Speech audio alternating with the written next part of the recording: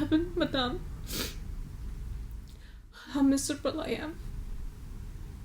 Who will console me in my grief? Who will advise me? The Monsieur de Valmont and Danceny.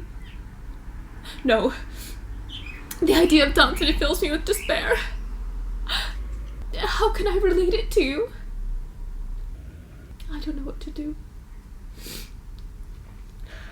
I must speak to someone, and you're the only person in whom I dare confide. But I do not desire your kindness now. Everyone here has shown an interest in me today. They all increased my pain. I felt so much that I didn't deserve it. No, scold me. That is what I deserve. But afterwards, save me. If you do not have the kindness to advise me, I shall die of grief. You must know then that... Oh, my hand trembles. As you can see, I can hardly write. My face feels on fire with shame. You must know then that Monsieur de Valmont, who has been handing me Monsieur Danceny's letters, suddenly found it was too difficult and wanted to have the key to my room. I can assure you, I didn't want to do it, but he wrote to Danceny, and Danceny wanted it too. And it hurts me so much when I refuse him anything that I ended up by consenting to it. Last night, Monsieur de Valmont made use of this key to come into my room. It frightened me very much when he woke me up. But then I thought that he had perhaps come to bring me a letter from Danceny. But instead he wanted to kiss me. And while I defended myself as was natural, he did what I would not have him do for anything in the world. But he wanted to kiss first. I had to. What could I do? I tried to call, but I could not. And then he told me that even if somebody came, he would throw all the blame on me, and that I would be ruined forever, since only I could have given him the key. After...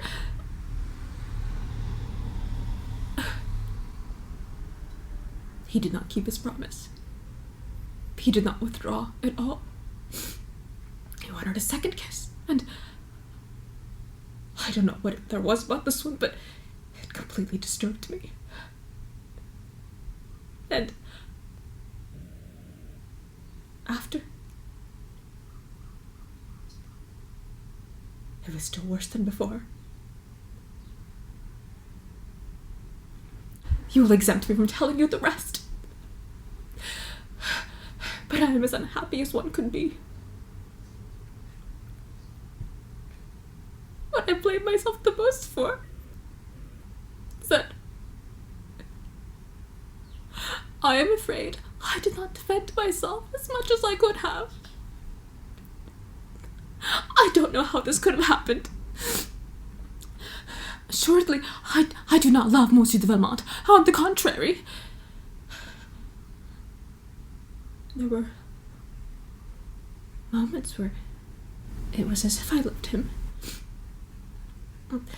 It did not prevent me from continuing to say no to him, but I felt I was not doing what I said.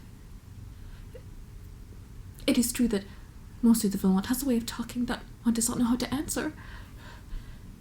And when he went away, it's as if I was sorry, and I was weak enough to consent that he should come again this evening.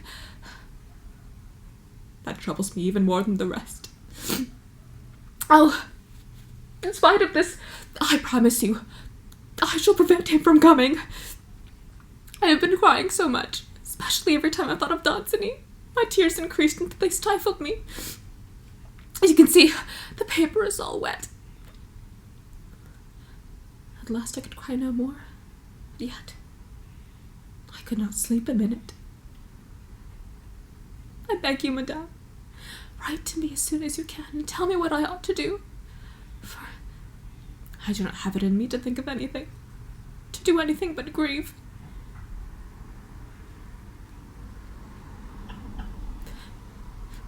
I dare not sign this letter.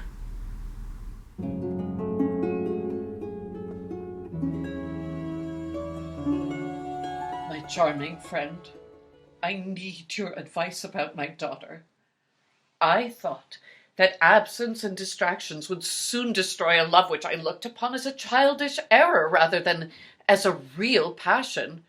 But she is more and more giving into a dangerous melancholy, and I seriously fear for her health. Yesterday morning, when I simply asked her if she was ill, she threw herself into my arms, telling me she was very unhappy, and she cried until she sobbed. I cannot tell you how much it pained me. The tears came into my eyes at once. What course am I to take if this continues? Shall I create my daughter's unhappiness? Is it for this I am a mother? Doubtless, in choosing a good husband for my daughter, I was not exercising a right. I was fulfilling a duty.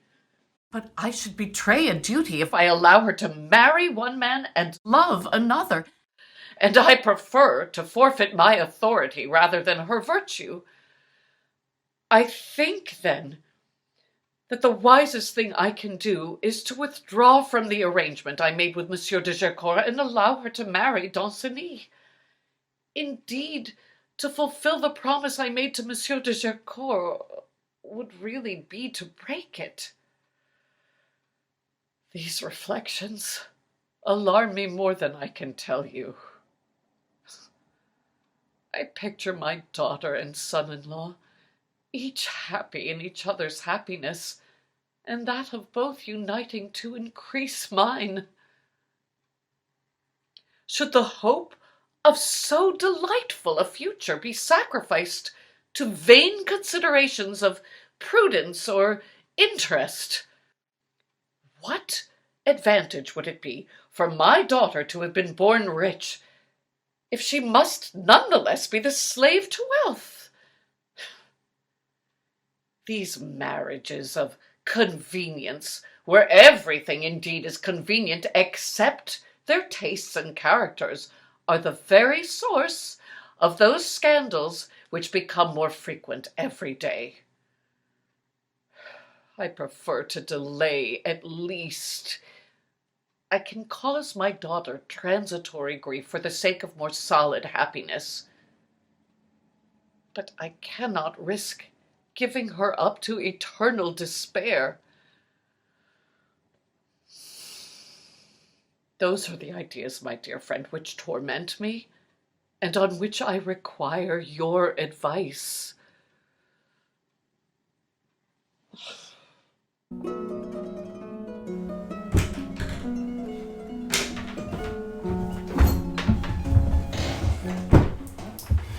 I can at last predict, with certainty, the moment when my austere devotee will fall. This evening I was present at the death agony of her virtue. I fix the time no later than our next interview.